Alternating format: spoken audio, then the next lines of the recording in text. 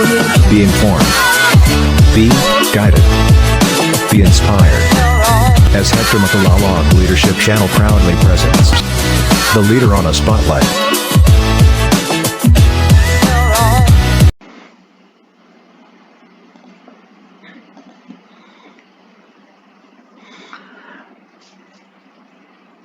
A blessed day to all of you. Isang mapagpalang araw sa inyong lahat. Ito po ang inyong lingkod, Hector Nietzsche Macalalag, Assistant Schools Division Superintendent. Kumusta po kayo?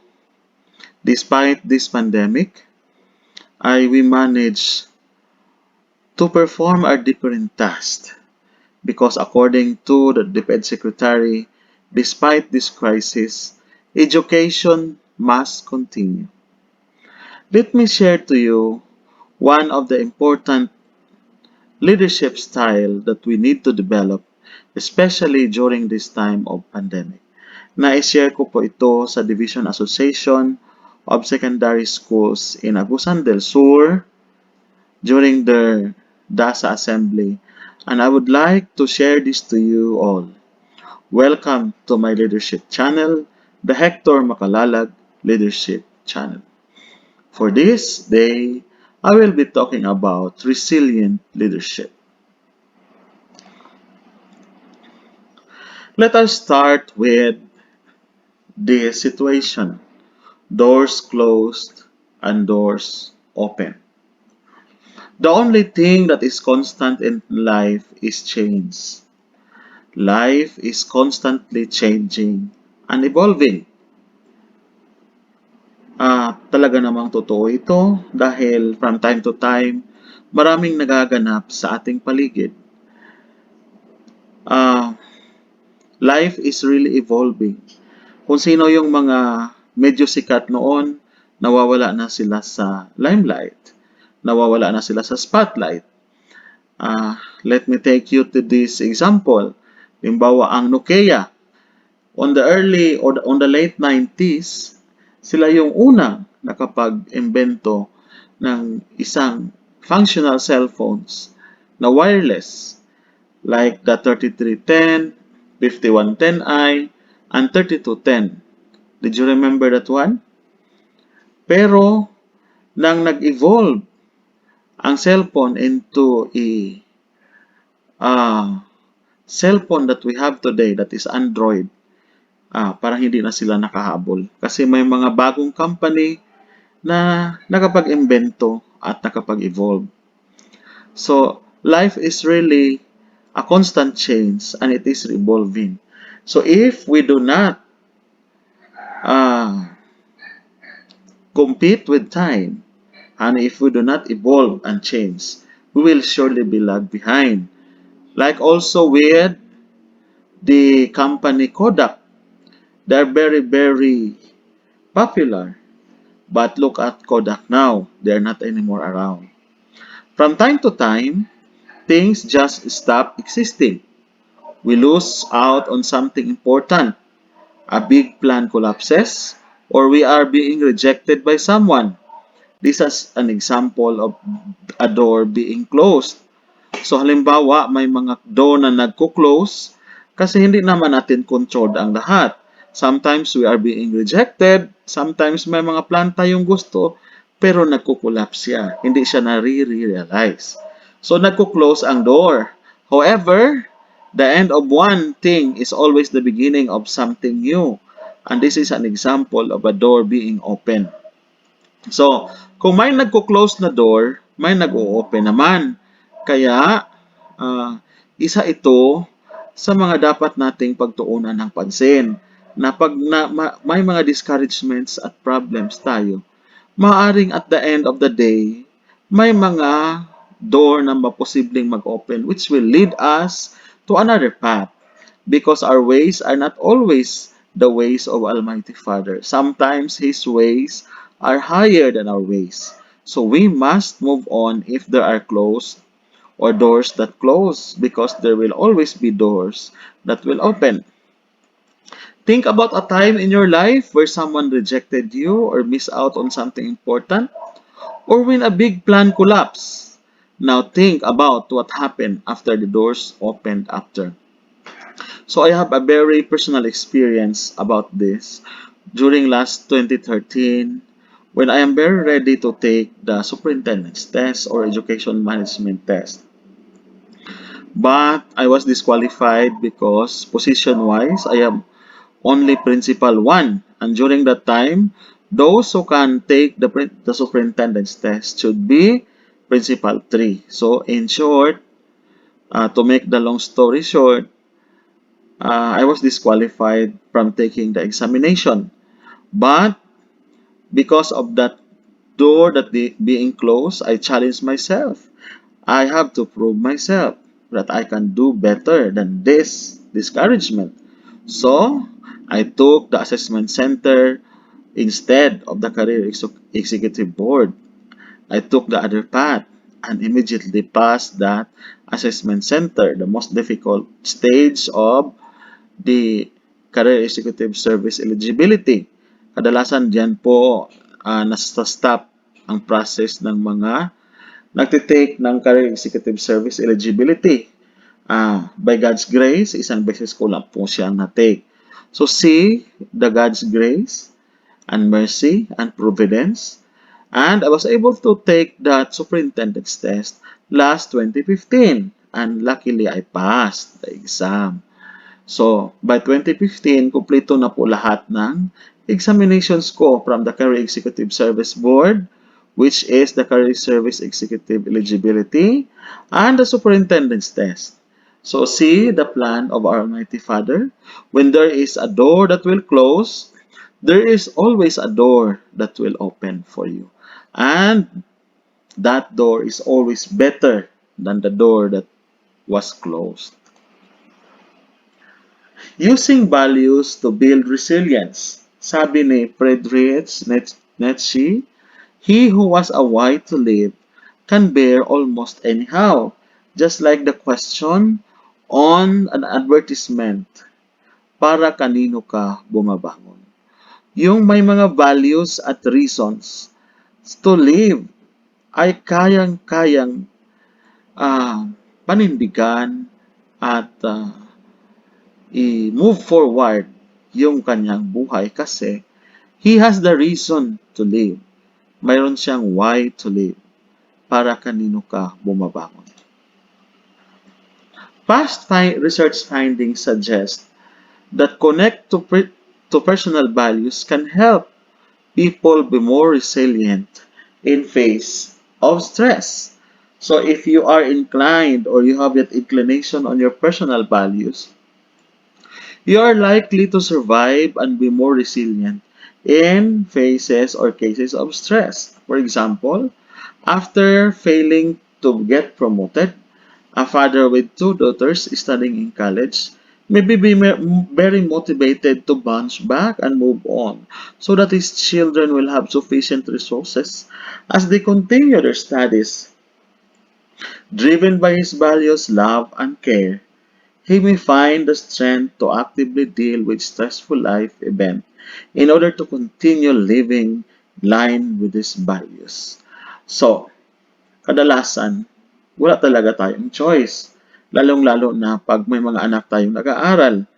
So, gustuhin man nating ma-discourage at magmukmuk, hindi talaga pwede because you have that love and care for your family.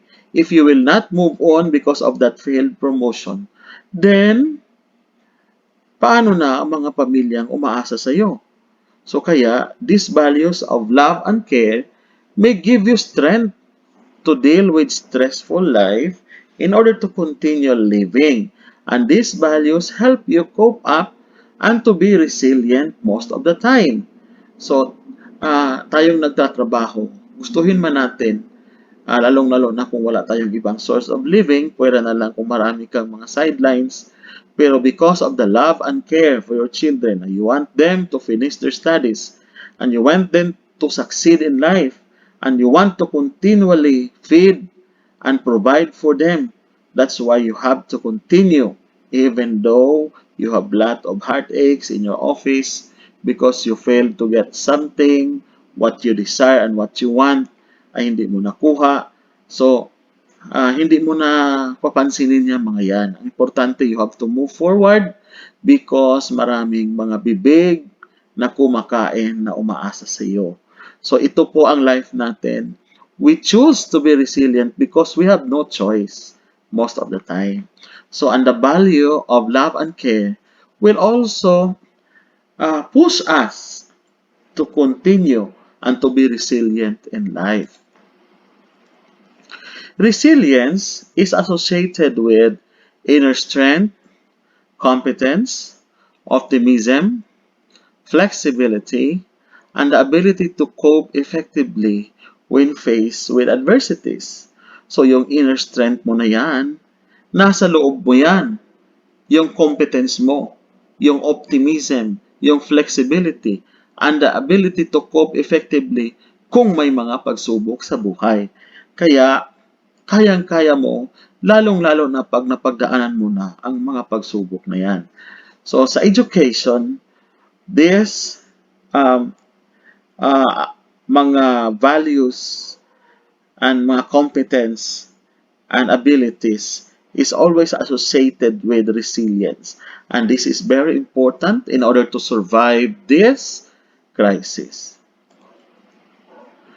There is what we called as resilience plan. That is what we call as 4S. We use 4S. The first one is support. This is needed to keep you upright. Sometimes, or most of the time, we're drawing this support from our family, our husband or wife, our parents, our mother and father, sometimes our children, or our best friend, or somebody whom we trust, a workmate, or maybe a churchmate.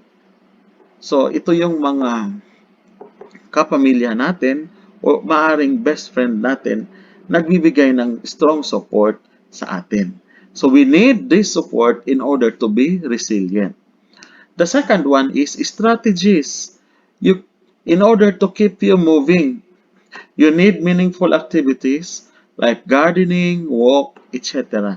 This with meaningful activities will help you forget about the different challenges that you have been into.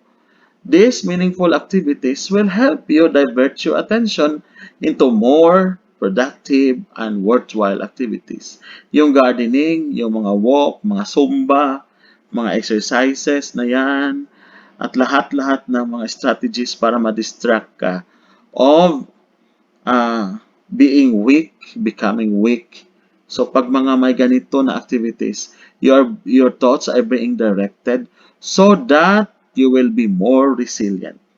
Sagacity, to give you comfort and hope. Yung sagacity, sometimes nakikita natin sa mga nababasa natin. Halimbawa sa Bible verses, may mga inspiring words and verses that is found in the Bible.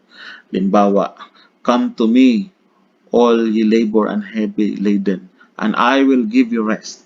Nasa Bible yan, di ba? So pag palagi mong nababasa yan, then the spirit of that spirituality will always encourage you to be resilient because the faith that we have will give us comfort and will give us assurance that there is hope someday. And sometimes also, the inspiring stories that is found in the different multimedia, yung mga stories na nagbibigay ng inspirations will help us be resilient. Kasi sometimes, nakikita natin ang sarili natin doon sa story na yon. Parang ako yan. Kaya nga niya, kakayanin ko rin. At most of the time, these inspiring stories ay totoong nangyari. So, if you find yourself on that shoe, yung mga stories na nandyan, that will give you an idea that I can do this. I can beat this adversities in life because I am very inspired by that story. And the solution-seeking behaviors, you must show this kind of behavior in order to be resilient. Most of the time, positivity or the positive kind of behavior will help us to be resilient kasi nasa state of mind Kahit marami ka ng pagsubok na pinagdadaanan, pag sinabi mo, kaya ko to, I must be positive, I can do it, I can do this, I can move forward with faith, kahit anong mangyari. So, those positive attitudes and solution-seeking behaviors will help you shape your future because life is a choice. So, sabi nga nila, mind is a magnet. Whatever you think and hope for will always have that realization because that will give you an idea that that is your direction. And sometimes nature will cooperate because of that solution-seeking behaviors. Be positive all the time. And there are different stress management options that will help us manage our stress and in order for us to be resilient. And these suggestions may be applicable to all of us. So, the first one is we have to be aware of stress responses. Kasi alam natin, pag stress tayo, dapat talaga alam na alam natin ang response natin sa stress. Hindi tayo maging weak. Instead, we must move forward. And when you are aware of what are the stress responses, you take responsibility for stress responses. Pag ganito ang gagawin ko when faced with this kind of scenario. The third one is you create clear and specific goals. Kasi pag hindi clear and specific ang goal na pupuntahan mo, then you will be nowhere to go. Just like Alice in Wonderland, tinanong ning Alice ang cat, para saan? Ang which way? Kasi may na-abstract siya sa 200. So, tinanong niya sa cat, saan ako pupunta? Sa 200 na ito. Sagot ng cat, it doesn't matter kung anong road ang iti-take mo. Kung hindi mo alam, ang pupuntahan mo. So, you must have that clear and specific goals. Modify destructive personality patterns. There are so many destructive personality patterns that can break your mood. So, you have to modify that one. You have to change those negative personality patterns. And sometimes, itong physical exercise will help us. Diba, have you witnessed yung may mga trainings tayo? Yung yoga, pinapractice siya, diba? Yung yoga will give us an opportunity to commune with ourselves, to have that self-mastery, and to commune with nature. And that is very, very important as you have that physical exercise. Sometimes yung iba, through dancing, Zumba, or walking. So, maraming mga instances that you are very, very parang hiyang ka na sa ginagawa mo. And that is way of managing your stress. Talk out worries, anxieties, and concerns. So, kailangan talaga mayroon kang mapagsabihan sa mga worries, anxieties, and concerns mo so that you will be able to ease yourself and to manage the stress. And the most important thing is you learn to let go. Kasi nga according sa sa session ng Superintendent Leadership Program, one of the best training that I have. If you resist what is the will of nature at kung ano yung nakatakda, you will not move on. And you will exert effort if you go against the flow. But if you learn to let go, easy lang. Everything is under control. So learn to let go. And it will give you peace of mind. So kung anong yung will ng ating Ama sa Langit, kung ano yung nangyayari, you learn to let go. Do not insist of what you really want to do na hindi naman kaya.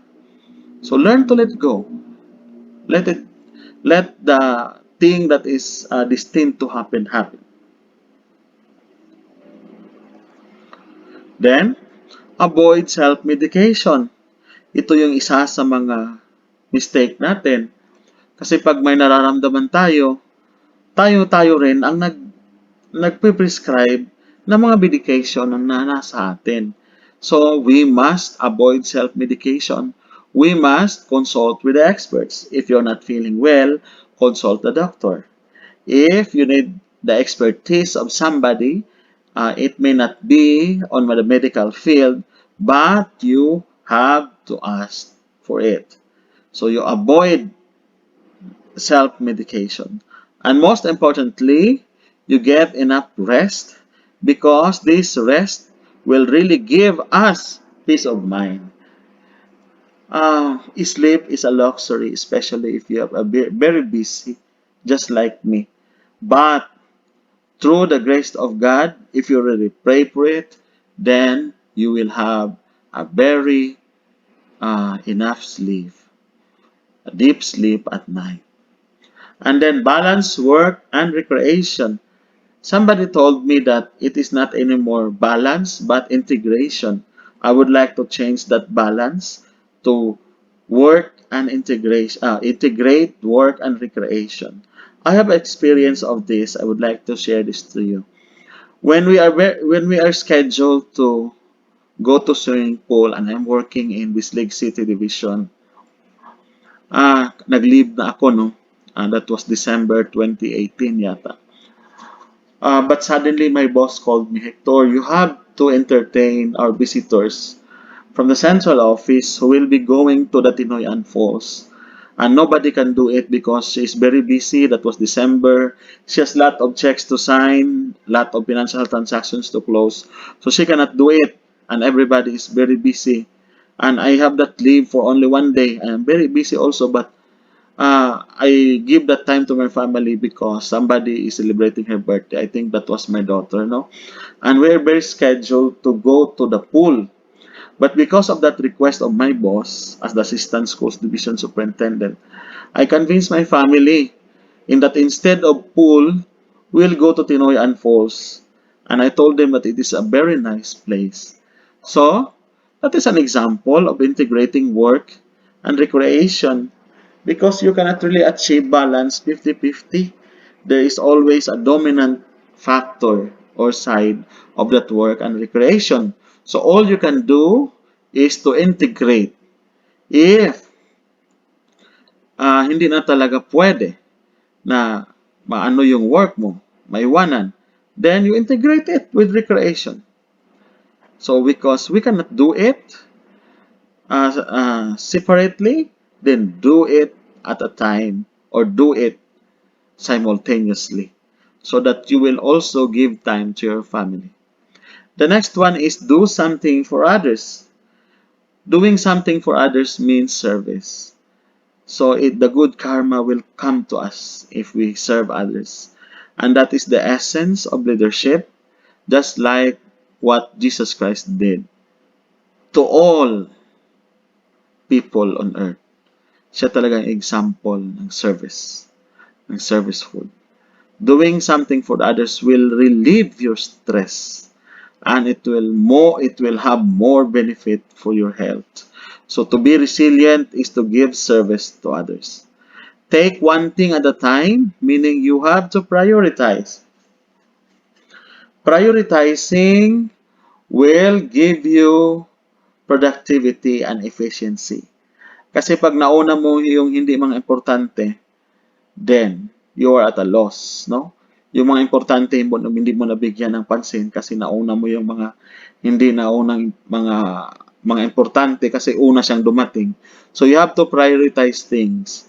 So unahin mo yung mga parang life and death na mga decision making, then yung mga iba na medyo hindi masyadong importante nasa huli na. Then give in once in a while, meaning flexibility. This is one of the of a mistake of a leader. Kung talagang hindi siya mag-give in once in a while, if you are not flexible. Kasi pag yung gusto mo lang palagi ang masusunod, then you are not a true leader. At the end, and in the end, you will turn out to be a loser. Because you have no friends. You may win an argument, but all people will not like you. So sometimes you have to give in a while. You have to be flexible. Learn relaxation, meditation, imagery, music, and massage. This is very, very important. Relaxation, meditation, no? The music, mga zumba, massage. Nakatry na ako ng shiatsu. Hindi ko alam na napakasakit pala. But it somehow relieve my stress. So, nakatry na ako ng mga massage na yan. Give time for yourself. Gastusan mo rin ang sarili mo so that you will be relieved of the different stresses in life. Then, nutrition is very, very important. So, we must take nutritious foods because this body is a temple of God. And all that we give or intake from this body will have surely an effect of our health. So we must be very careful of the food intake that we have. We must have that proper nutrition so that we can manage stress. Yung iba pag nasi-stress, hindi kumakain. On the other hand, mayroon ding pag nasi-stress, masyadong marami ang kinakain. So, saan ka sa dalawang yun? So, you have to moderately control and you have to have that proper nutrition. Then, you should have that positive bonding. Manage or stop negative relationship. If your relationship is toxic, then leave it. If your bonding is not good, then you have no business to stay on that bonding. You go on to positive bonding. You look for people that could give you positive energy. Doon ka sa mga taong gusto ka at binibigyan ka ng importansya. Doon ka sa taong naniniwala sa iyo. Huwag ka sa mga negative. Kasi lalo kang masistress at hindi ka magiging resilient pag doon ka sa mga taong negative sa iyo. So, bawal ang nega. Doon ka sa mga taong naniniwala sa iyo because it will give you positivity and it will give you and keep you away from stress and be resilient. Kayang-kaya mo because may naniniwala sa iyo. Deal with emotions by awareness, expression, and redirection. It is said that when you are very happy and when you are very angry, do not make major decisions, for you will regret it for the rest of your life. So you have to manage your emotions by being aware on the expression, and do not forget to have that redirection if there is a need to have that redirection. Because your emotions should not manage your future. You should be the one to manage your emotion in order to have a brighter future. So, yung iba pag galit na galit, hindi makontrol ang sarili, may mga nasasabing hindi maganda. So, pag masayang masaya na may naipapromise na hindi dapat at hindi pala kaya, so magiging cold ka na liar. So, you have to deal with your emotions. The next one is, you learn to laugh. Sabi nga nila, more ang muscles na hindi tumatawa, consumption, no? Kaysa tumatawa. Kaya, give the world a smile and the world will smile back at you. Ayun nga sa kasabihan. So, huwag mong tipirin ang smile mo at ang yung laugh mo. Laugh if you must. You do it with feelings and you do it most of the time. Lalong-lalo na kung may mga stresses ka. Sabi nga nila, tawanan mo ang iyong problema. So, the last one is, make stress management part of a lifestyle and not just a technique. Because stress is always there. We must be resilient. We must accept that stress is always there. We cannot do away with stress. That's why we have to accept that. And we make stress part of our lifestyle and not just a technique. Embrace that stress because it is always part of living in this world. So, yung hindi nasa-stress siguro, yung mga taong wala na sa sarili. So, habang nasa katinuan tayo, mayroon tayong stress kahit anong trabaho gawin mo, Whatever work that you do, stress is always there. That is why you make that stress a part of your lifestyle. You have to embrace and accept that one because stress should always be there. Kahit anong gustuhin man natin o hindi. So stress talaga ay nandyan. So you make that as a part of your lifestyle. We are now living in VUCA world. Volatility, uncertainty, complexity, and ambiguity. At according to Career Executive Service Board, dinagdagan nila ng disruptive. Yan ang life ngayon, lalong-lalo na sa pandemic. Everything is volatile. Everything is uncertain. Everything is complex. Everything is ambiguous. And most of the thing is disruptive, lalong-lalo na yung virus. Volatility, we live in a world that is constantly changing, becoming more unstable each day, where changes big and small are becoming unpredictable. They are getting more dramatic and happening faster and faster as events unfold in completely unexpected ways. So sabi dyan, the world is constantly changing. Hindi natin pwedeng ma-predict kung ano yung nangyayari kahit maliit o malaking bagay. Sabi niya, dramatic and happening faster in an instant. Faster and faster every day. Wala na tayong pattern na pwedeng pagbasihan. Kasi napakabilis. Napakabilis ng mga pangyayari ngayon. Uncertainty. It's becoming more difficult to anticipate events or predict how they unfold.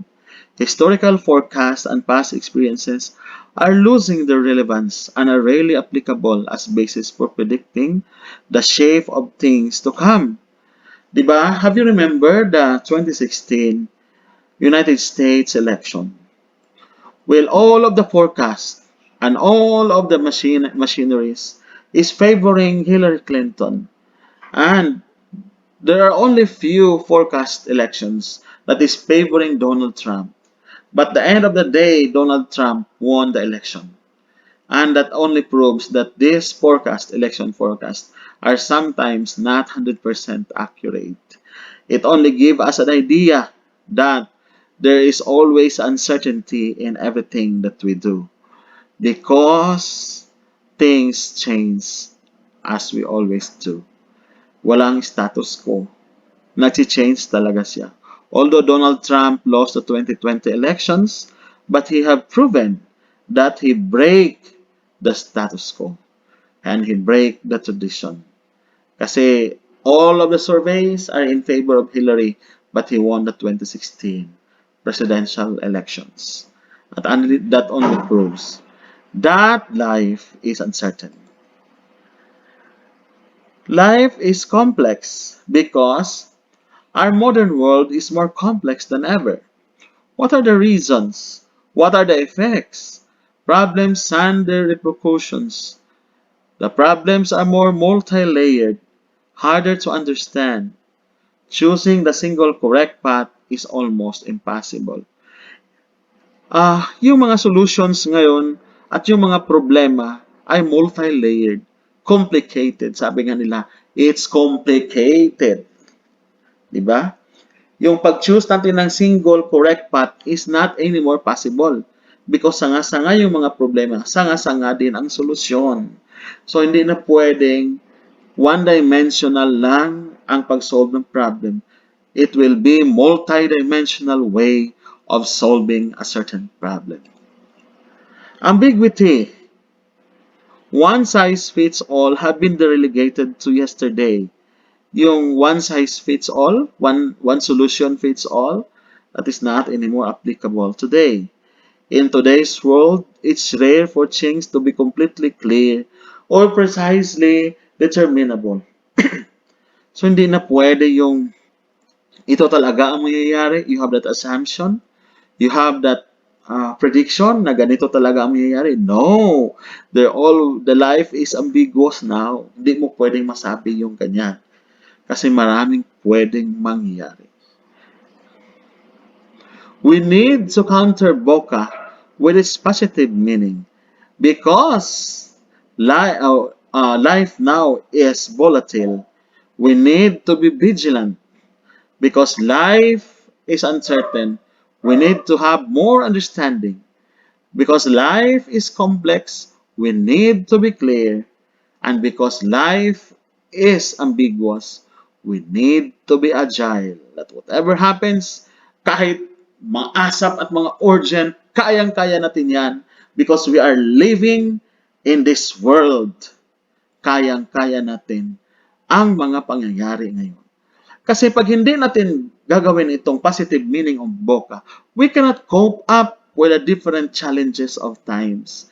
We must embrace these changes. What we can do? Embrace and accept these changes.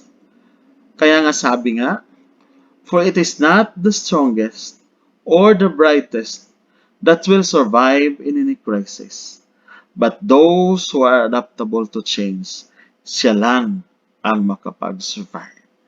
Imagine yung prediction natin, di ba? Yung mga brightest, sila lang ang magkakaroon ng brighter future. Sila lang ang magkakaroon ng maraming pera.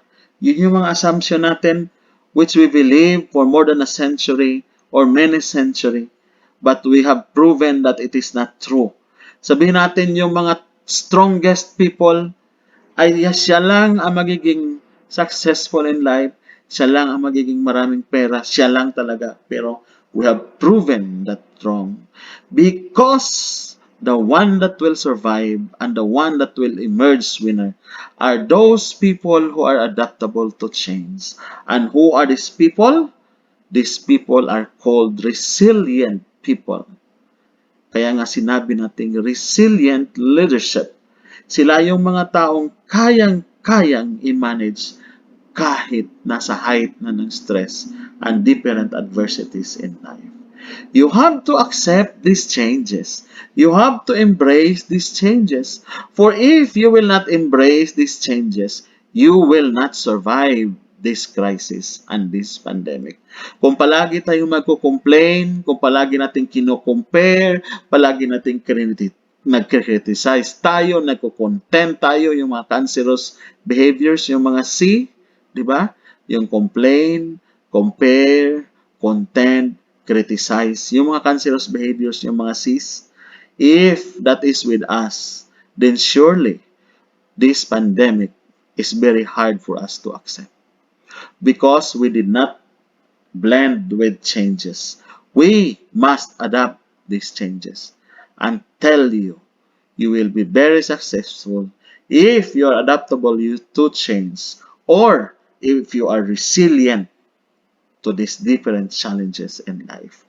Because of that resilient leadership, you embrace this happening or happenings in our society. We embrace this new normal because if we will not do this, then we have no business in surviving in this pandemic. What we can do? Be part of the solution, not the problem. Because at the end of the day, life is a choice.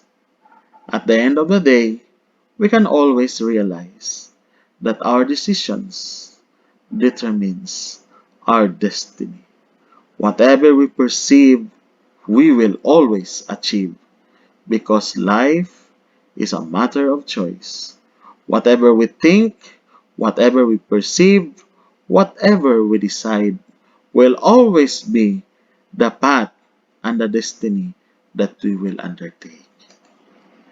Maraming salamat po sa inyong pakikinig. Sana'y marami kayong natutunan about resilient leadership. Being resilient ay walang tsuri na makapagsasabi. Nasa puso at nasa isip mo yan. So be part of the solution, not the problem. Maraming salamat po sa inyong lahat at mabuhay kayo.